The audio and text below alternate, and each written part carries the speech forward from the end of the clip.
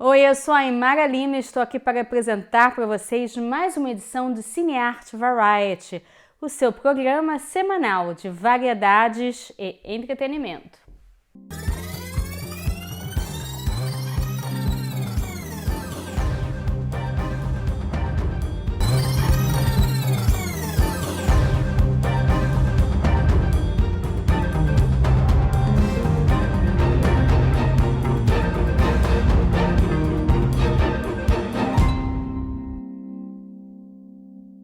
Hoje a gente vai conversar sobre um filme baiano, A Matriarca, filme dirigido por Lula Oliveira.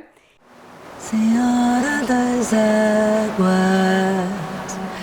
tantas coisas que morrem sem serem ditas, né, manhã? E eu tive o prazer de conversar com Lula Oliveira e Caco Monteiro, lá no Los Angeles Brazilian Film Festival. Eles foram premiados no festival e eles vão contar tudinho para vocês de como foi todo esse processo do filme. Vamos lá?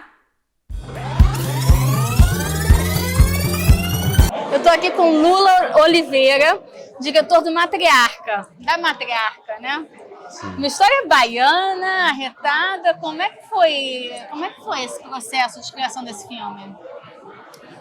Nossa, é um processo de criação que dentro da ideia original para que a gente tivesse o filme realizado foram 10 anos de trabalho, né? É um filme que conta a história de uma família que vive uma diáspora e se reencontra para comemorar os 90 anos da matriarca.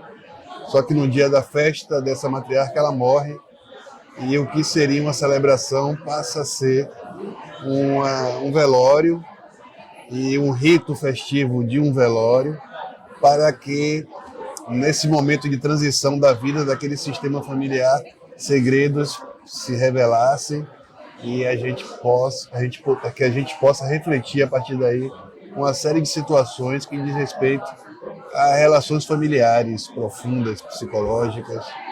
O filme busca, nesse desafio de contar essa transição entre a vida e a morte, revelar a intimidade de uma família dentro de assuntos que o desafio talvez do filme maior é fazer desses assuntos que são revelados nesses segredos temáticas universais que possam fazer as pessoas pensarem sobre as suas próprias famílias dentro desse universo que o filme apresenta na particularidade da história ficcional, né?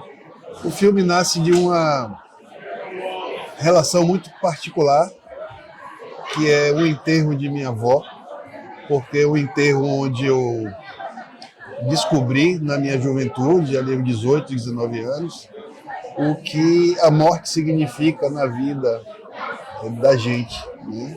E como é que isso se deu? Quando você está dentro de um processo, um rito do velório, que você tem contato físico com um corpo morto, que representava muito em vida, você se dá conta que a existência é efêmera e que aquele corpo físico representa muito pouco do que a alma em vida faz com que aquela pessoa se torne importante para sua memória e para sua existência, né? Então, o que é a vida, o que é a morte diante de um corpo?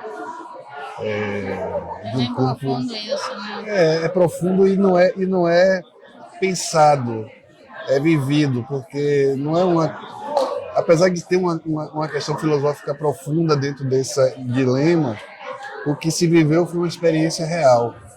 É de um garoto que não tinha as informações filosóficas, enfim, espirituais, naquele momento para fazer uma leitura mais profunda sobre aquela transição, mas que foi marcado do ponto de vista psicológico, da mente, profundamente sobre um toque em um corpo sem vida, que é um corpo, mas não tem vida. É diferente de eu tocar em você agora e sentir o calor da sua pele, e você da minha, se me tocar. Quando você vai para essa tá outra... Frio ou tá quente? Mesmo o frio do ar-condicionado nos nos sei, traz eu nossa tô só cultura, brincando né? com você. Da existência, mas quando a gente vai para esse lugar, ele é tênue e ele é profundo. Enfim, o filme ele traz esse germinar, do ponto de vista criativo, de um toque, né, de uma relação existencial e real, para tempos depois você entender de que maneira isso poderia ser usado num processo de uma ficção, de uma dramaturgia, né? E aí veio outras experiências, veio o cinema do Dogma 95, Lars von Trier, Thomas Vinterberg fazendo Festa em Família, que traz uma história de um cinema possível, no que eles falavam na época, vendiam na época, câmera na mão, cinema digital, mas ao mesmo tempo com uma potência dramatúrgica incrível, com um roteiro absolutamente bem trabalhado. E eu falo, não, eu tenho uma história para contar e existe um cinema possível para que essa história possa ser contada. Então, se a gente fala da gênese da matriarca, eu diria que foram esses dois momentos. O momento da existência, da vida, se apresentando diante de um olhar de um jovem, e o momento de você perceber que existe um cinema possível com uma reflexão universal sobre temas que revelam a identidade daquele lugar, né? O Dogma fez isso com a Dinamarca, trouxe de alguma forma os aspectos culturais daquela cultura. Você pegou a Bahia, né? Ali é a sua terra, tudo. Ali, qual é aquela região da Bahia? Então, ali é o Baixo Sul baiano, que é uma região de transição entre o que a gente chama de Recôncavo Baiano e depois Salvador, e o sul da Bahia, né? O Baixo Sul, ele nessa transição que traz todo um recorte do descobrimento do Brasil, que os portugueses vieram do sul da Bahia, ali Porto Seguro, e vieram descendo a costa até chegar a Salvador. Nesse meio do caminho tem um Baixo Sul, uma região de belas praias, de manguezais, e hoje de uma cultura arquitetônica colonial portuguesa incrível, de um povo miscigenado, que a gente chama de caboclo, né? O caboclo é a mistura do índio, do negro, do branco, de muita alegria, muita festividade, de manifestações culturais singulares, como o Zabiapunga, que está no filme, que é uma manifestação folclórica que só acontece nessa região do Brasil. Enfim, então é uma região que precisava também vir à tona dentro de uma realização cinematográfica, porque tem muito a dizer sobre a formação do povo brasileiro também, né? Então a Bahia é muito conhecida pelo sul, pelo seu descobrimento, é muito conhecida pela sua capital, por Salvador, e o Recôncavo Baiano, que deu toda a construção do que a gente entende como baianidade, o imaginário da relação dos africanos que aqui chegaram. E o Baixo Sul é um pouco esse lugar de transição. Aquele ritual que teve lá, os rituais que acontecem hoje em dia ou são muito antigos? Quais rituais? Do enterro da matriarca. Aquele enterro é uma licença poética. Ah, ok. Que é uma ideia. Eu achei muito bonito, aí eu fiquei imaginando, será que incrível. ainda acontece isso? Eu tenho que dar o crédito, né? Foi uma ideia de um dos roteiristas do filme, do cineasta baiano Fábio Rocha, um grande amigo, parceiro, e que a gente falando desse processo do final do filme, do terceiro ato, como se daria essa morte. A gente conversando assim, vamos trabalhar de uma perspectiva simbólica, vikiniana, inclusive, né? Nórdica, que é a morte pelo fogo, né? Isso não é um rito cultural, isso é uma licença poética que a gente adaptou ao filme. E o caranguejo? O caranguejo, ele é Tem muito caranguejo azul lá naquela região? Ali é um gaiamum, que é uma outra espécie de crustáceo, que também vive na região. E ele é mais plástico do que o caranguejo, por isso que a gente adaptou o gaiamum, que não vive no mangue. O gaiamum vive na praia, vive numa área mais sólida da terra, mas tem as mesmas características de um caranguejo. Também é comestível, é saboroso. E nós adaptamos para esse lugar do caranguejo, que na mitologia da cultura africana tem toda uma relação ali com o Molu, tem toda uma relação da maldição daquele animal que anda para trás, que é feio, que é alienígena. E a gente falou, poxa, a gente como não usar esse símbolo tão importante da região, que é alimento, que é sustentabilidade de famílias, que é equilíbrio ecológico do mangue, que é muito importante para a ecologia daquele lugar e que tem uma importância cultural gigantesca para aquela região também e para o Brasil, né? E a gente trouxe ele como elemento simbólico dentro de uma perspectiva de também trazer um mito da religião afro-brasileira para compor aquela dramaturgia onde esse ser amaldiçoado, de alguma forma, simboliza o ser amaldiçoado homem que é o vilão da história. Forte. Gostei muito. Eu já ia aquela cena no perseguição no mangue ali. Não sei se eu tô dando spoiler. Não, vamos. Se o diretor vai me bater aqui. Bora estigar, né? Uma percepção no mangue. A né? primeira cena, né, do Brasil, perseguição no mangue, assim, foi. Reza a muito lenda. Interessante. Eu não conheço o filme brasileiro que trabalhou dentro de uma produção no mangue, numa cena de perseguição dos dois atores que conflituam. E eles foram mesmo de bota ali no mangue, assim, andando ali entre caranguejos, todas as coisas que estão naquele mangue ali? Foram. O mangue, para quem conhece o mangue, sabe que é um ambiente muito inóspito e muito difícil de você transitar, porque é uma lama meio movediça até, cheia de galhos e crustáceos que, se você não souber pisar, você vai se machucar, cortar o pé. E nós tivemos assim um cuidado muito grande em traçar uma trajetória para que essa perseguição fosse feita numa situação que foi inusitada assim, para a produção baiana, brasileira até, né?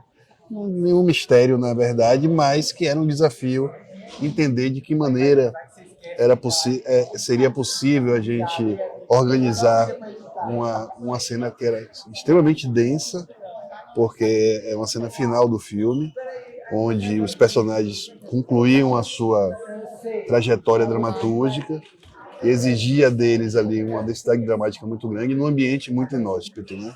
Então tudo isso fez com que a cena ganhasse esse lugar, esse espaço da singularidade, que é produzir situações adversas, com pouca grana também, entendeu? Com pouco recurso, de baixo orçamento, como que se diz? que torna a galera mais herói. Guerrilha, heróis, grandes atores baianos, um grupo maravilhoso.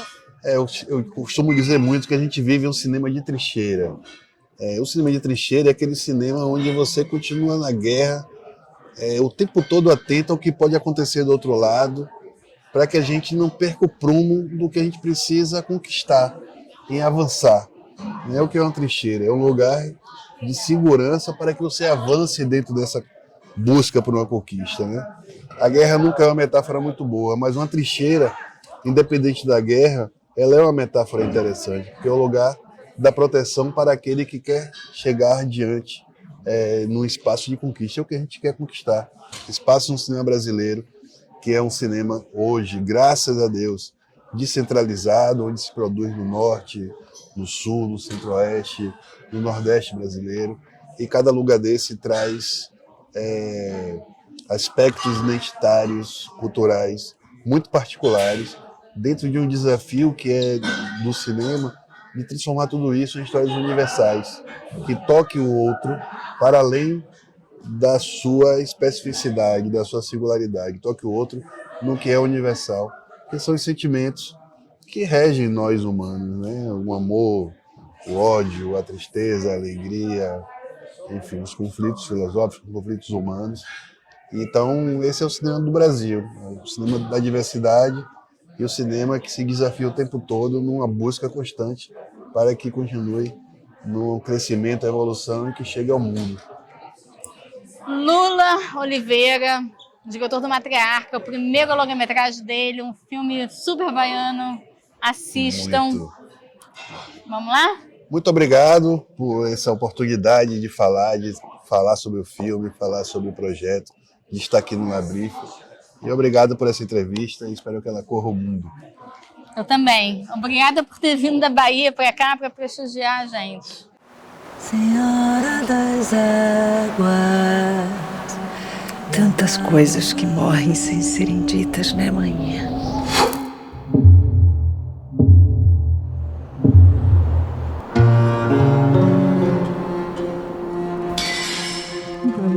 E a Santinha Bárbara. Viva Santa Bárbara! Viva Matita! Viva Matita! Cadê a manhinha, Nadir? Cadê a manhinha? Cadê? Que é isso? Isso é uma festa ou é um enterro?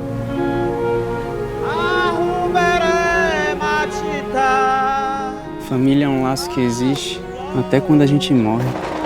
C'est pour la naissance de notre enfant. Vamos falar o que interessa. A venda desse casarão. Aqui todo mundo é herdeiro. Se não der certo, é bom que dê. Quem é a mãe dessa criança? Mas eu não esperava que ele fosse fazer o que ele fez. Eu não aguento mais esse peso. Ele te pegou força? Esse cara tinha que estar preso. Ele precisa pagar por isso. Desgraçada.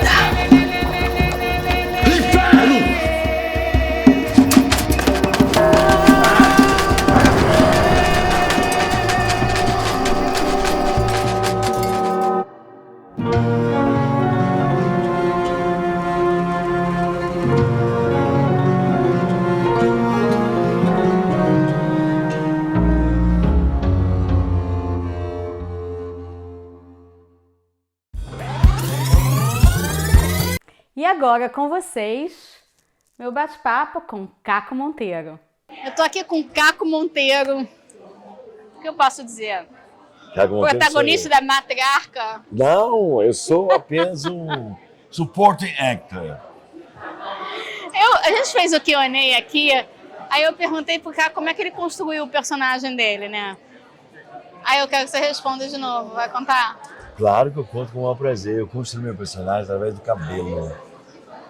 Ele começa É que ele tem que soltar o cabelo, gente. Não, aqui tá com não, tá com xuxinha. Comecei, porque ele começa o filme todo empastelizado, e aí com o drama vai acontecendo e o personagem dele vai sendo desconstruído, o cabelo vai ficando desgrenhado. Vai ficando. Eu termino o filme assim, ó. Correndo no mangue. Correndo no mangue. Enfim. Perseguição então, assim, no mangue. Primeira perseguição no mangue do cinema brasileiro. É verdade, cara. E assim, Aymara, eu construo muito meus personagens. Cinema é a janela da alma, né? O olhar. Então, assim, eu parto muito do meu rosto, da minha cara. Como é que eu vou fazer esse personagem? E teve um outro filme que eu fiz, chamado Estranho, também que é outro personagem. Vagabundo, escroto, que bate da mulher. Aí eu cheguei para Paulinho, meu diretor, disse: Paulo, eu quero um bigodão. Gá! E aí faz. Eu gosto de construir personagens através do rosto. Do rosto, né? Começa por aí. E aí trabalhar ele. Adoro. Agora, eu olhando o filme agora de novo, né? Porque eu vi o filme e eu não te conhecia. Depois passaram vários meses aqui, aí eu te conheci. Aí eu falei, esse é o Caco? Caco não é o Caco. Foi delícia ver você ali. Eu falei, bacana, caraca, cara. que ator é fogo, né? Não, porque assim, o Lula me deu um presente. O presente, assim, ele me dá um personagem que não tem nada a ver comigo. Isso é o grande barato, certo? Isso que é. De você mostrar, e assim, você mostrar o ser humano de uma forma. Esse personagem é tudo que eu não sou. E a gente precisa mostrar esses personagens. Que é aquele cara que é xenófobo, é fascista, é machista, que bate na mulher, que é feminicídio, entendeu? Então, assim, eu faço com mau gosto, cara. Vou mostrar assim, ó, tá vendo, filho da puta? Não pode falar. Eu não sabia. Corta, vou montar pim! É. Mas assim, é isso, cara, é isso. Caco, Nico, como é que tá aqui o Labrife? Você que acompanha o Labrife desde o comecinho e agora tá nesse auge do Labrife agora, que foi uma edição de muito sucesso. Eu tô muito feliz, cara. Eu conheço o Labrife. A primeira vez que eu conheci a Meire, eu vim pra cá, eu dirigi a Bahia Film Commission. E eu vim pro Location Trade Show em Santa Mônica em 2008. E a Meire com o Neno, com o filhinho, o Nicolas pequenininho, falou assim, poxa, a gente tem um Labrife aqui, pá. Enfim, se foi. Aí no outro ano, 2009, eu já vi trazendo uma parada com ela da Bahia, porque ela é baiana, né? Então a gente já se deu. Baiano com baiano, não. Até baiano com carioca, porque eu amo baiano. Né? E aí eu venho aqui desde 2009, cara. É minha 5ª edição do Labrife. A última vez que eu vim foi em 2018. Ela me convidou para ser o presidente do júri. Uma responsabilidade extraordinária. Que moral, hein? Mas assim... Que moral, hein, baiano? Não. E assim, esse ano tá... Eu ia dar um foda, mas não pode. Não pode dar um foda. Tá foda. Não, você pode falar que o meu trabalho foi maravilhoso. E a curadoria desse ano, sensacional. Sensacional. Sensacional. Você tá puxando meu saco? De jeito nenhum. Não, tô de cara mesmo, Amara. Você e a Eliana fizeram um trabalho. Tem mais gente, são 4, né? São 7, eu 7. acho. Porra, sim. Não, peraí. Cara. Genial. São mais 5. E assim, e pra mim, outra coisa. Esse é a melhor. Eu já tive no Landmark Theater, tive em Santa Mônica, mas esse Cover Theater, perfeito. Tudo a ver, cara. Sério mesmo. Maravilhoso, né? Não, sensacional. E assim, as salas cheias, cara. Você viu agora, teve quase bate-bate pra... Não, overbooking. Overbooking, baby. Fala isso, não sei queimar o filme. Tô brincando, não, foi um sucesso. Tô brincando. Não, cara. Não, eu cedi meu lugar, eu tive que ceder meu lugar. Eu também, ainda bem que eu tinha visto Salvador. Agora eu quero te fazer uma pergunta que eu faço a todos os atores, e aquela pergunta não me fala assim, ai, não, ninguém fala isso. Mas... Diga. Como é que você faz pra memorizar texto? Olha, o meu trabalho primeiro eu pego o roteiro, leio, e aí memorizo assim, eu vou lendo o texto e escrevo. Todas as minhas falas. Depois eu gravo, com a intenção que eu já trabalhado, depois de escrever, da escrita, eu vou trabalhando com as intenções, aí depois eu gravo as minhas falas. E aí você vai escutando aquilo. E aí vou escutando, e aí ele vai entrando em mim, vai memorizando, vai vindo no processo natural, vai entrando.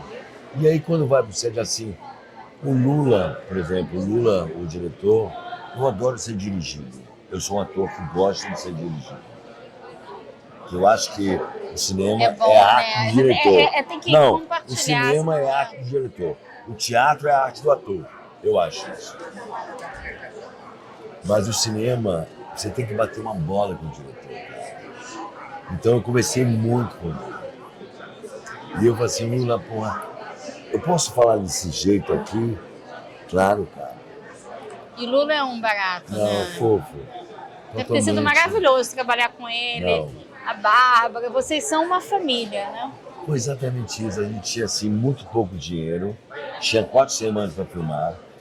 E assim, vindo a pandemia, é um filme que levou 7 anos para ser produzido. Uau. E assim, a gente entrou naquele hotel, naquele casarão, e foi. Foi lindo.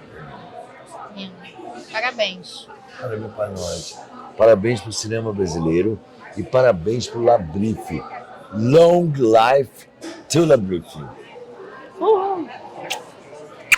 Obrigada, amor. Obrigado a você, bebê. Gostaram? Nós também. Então vocês já sabem. Próxima semana, Cine Arte Variety comigo, a Imara Lima, aqui no VRT Channel.